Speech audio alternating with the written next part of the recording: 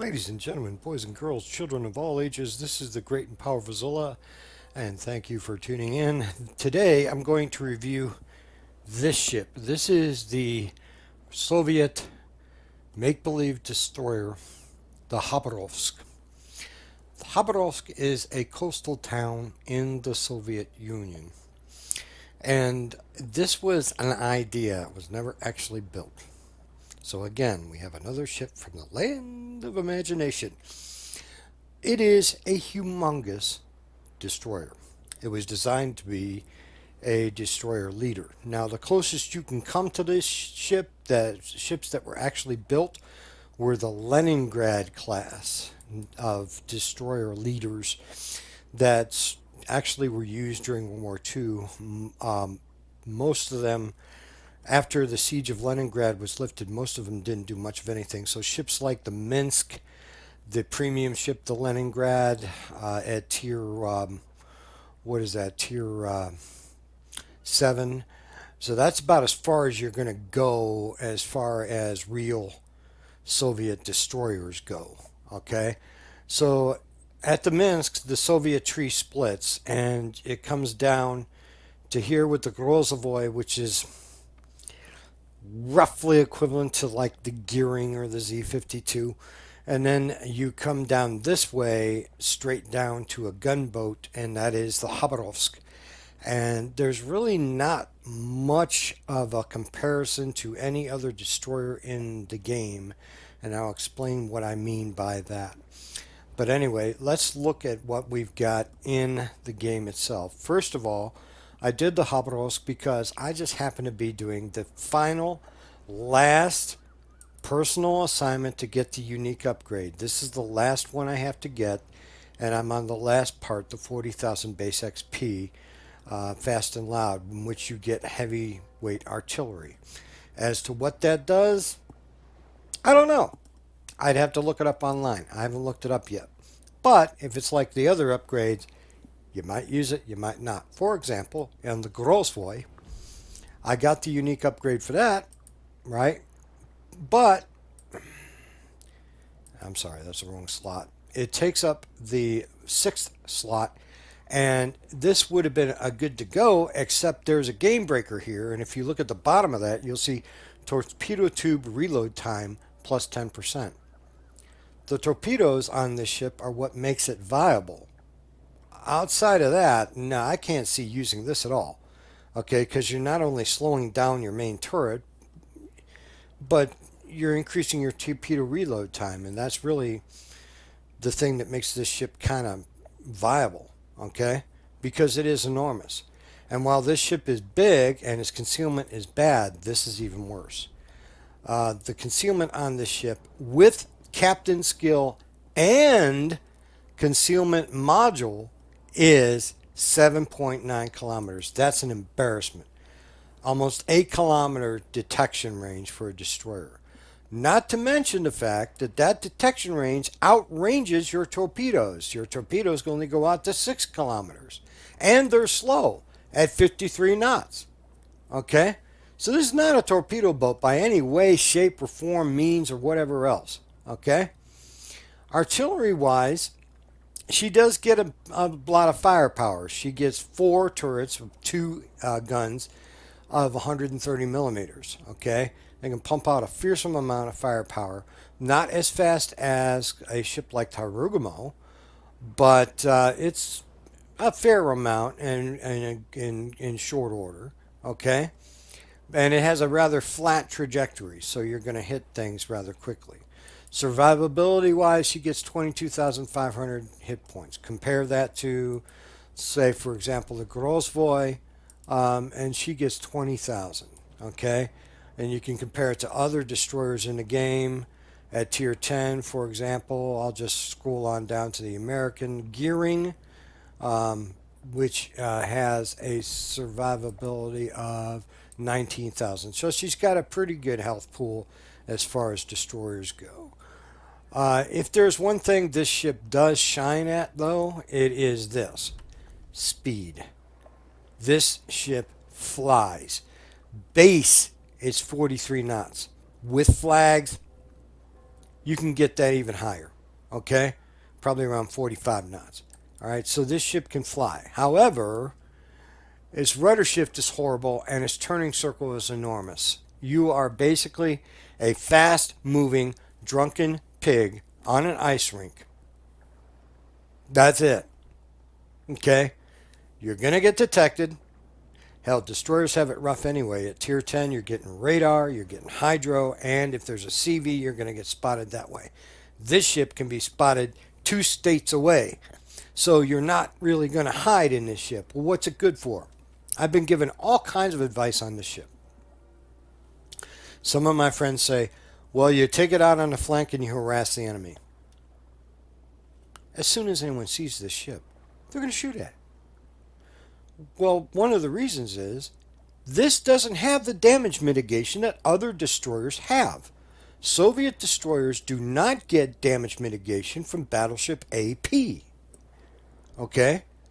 Or AP from cruisers for that matter. This thing can be blacked in a second.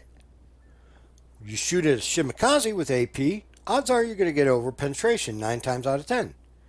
This ship, you're going to get full penetration and full damage every single time. Okay? If you can hit it. The idea is to stay at distance and hit them with your guns. That's one theory. The other theory is ambush tactics. Well, it's kind of hard to ambush something when they can see you 4 miles away. So, what do you do with this ship? I don't know. But I can tell you this, just my humble opinion.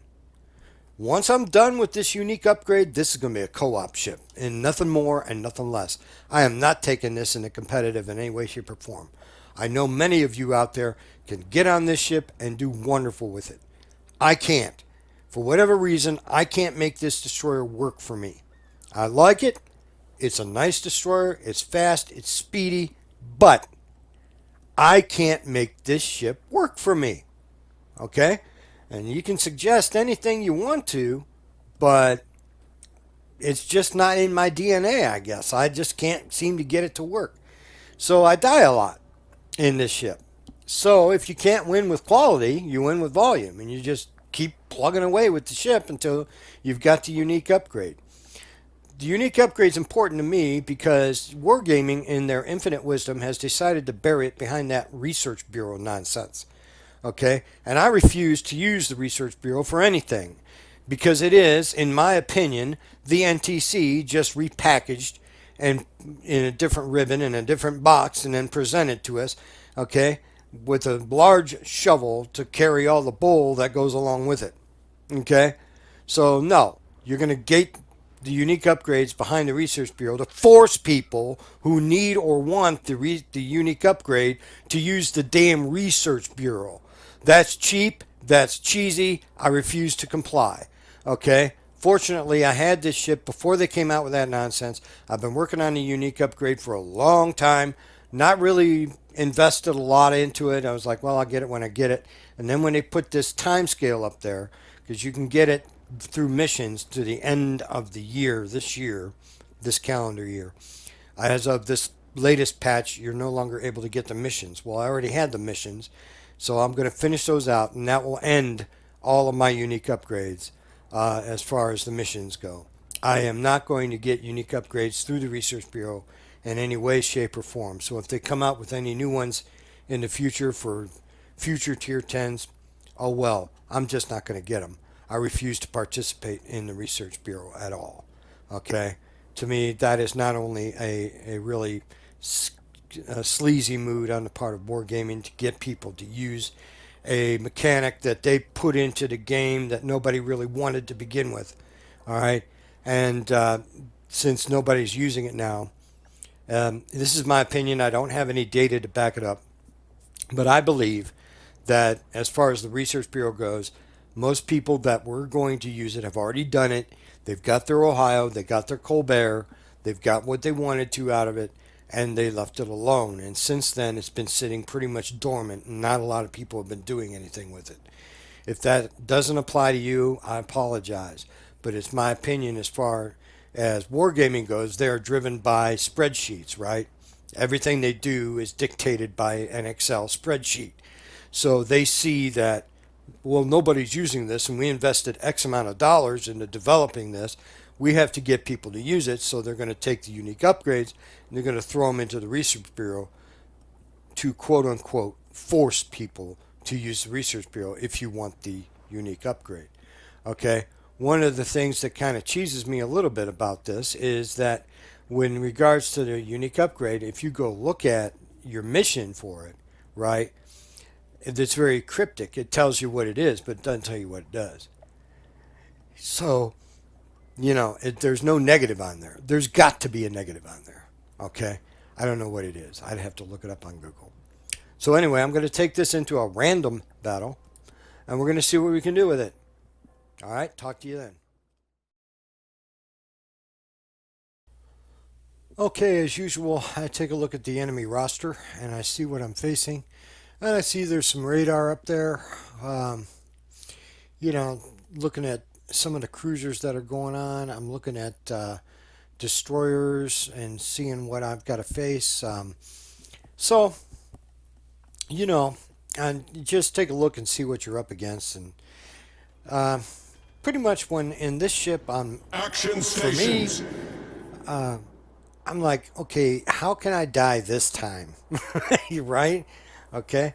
So I go ahead and put it in gear and giggity, giggity, giggity. Let's go racing, boys, right?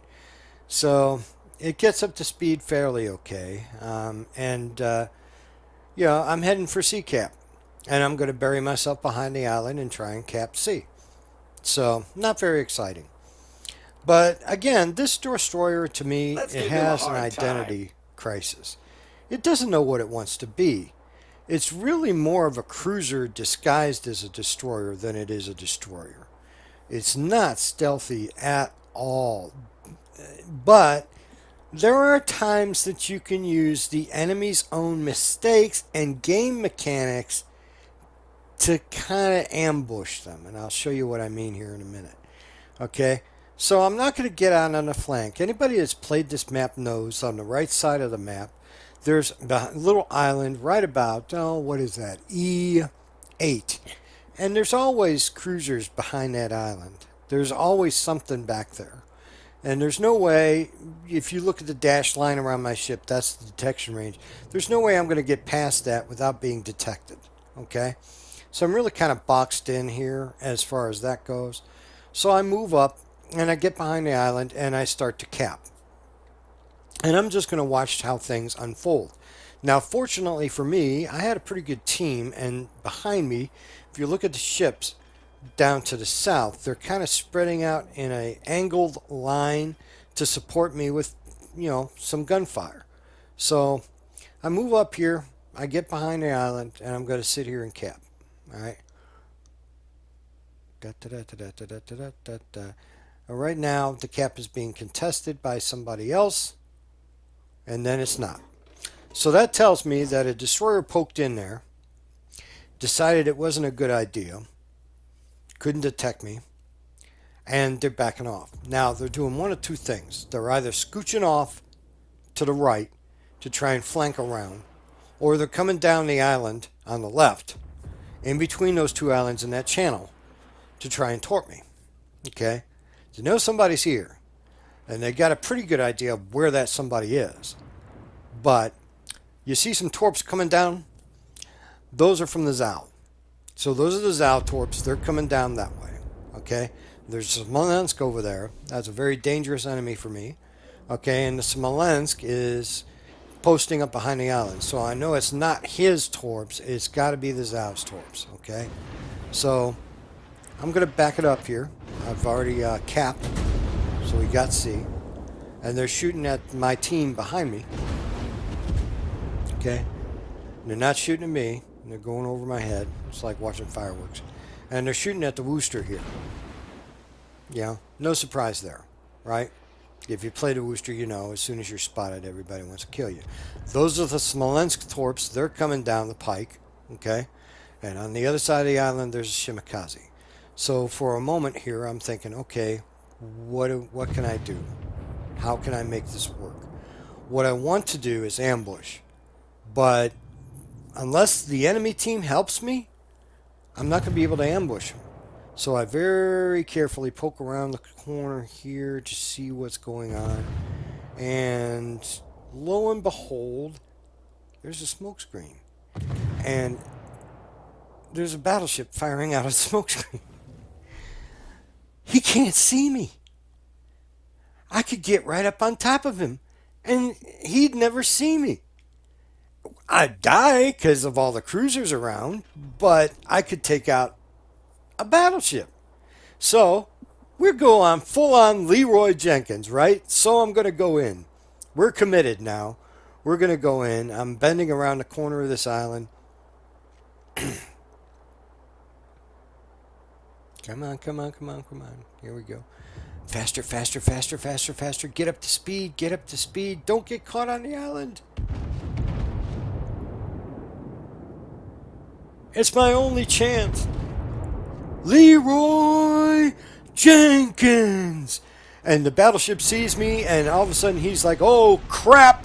And that's a brown alert right there. And then I launch the torps at the battleship. He has no chance in hell of getting away from that. Oh, and look, there's the Shimakaze. Shimakaze is stuck. He is having a brown alert moment, and he doesn't know what to do either, so he bangs into the island, and I go ahead and spin it around, get my torps online, post them out there, avoid the Shimakaze torps. I launch torps at him, got the battleship, turning it around. I'm getting shot to pieces over here, okay?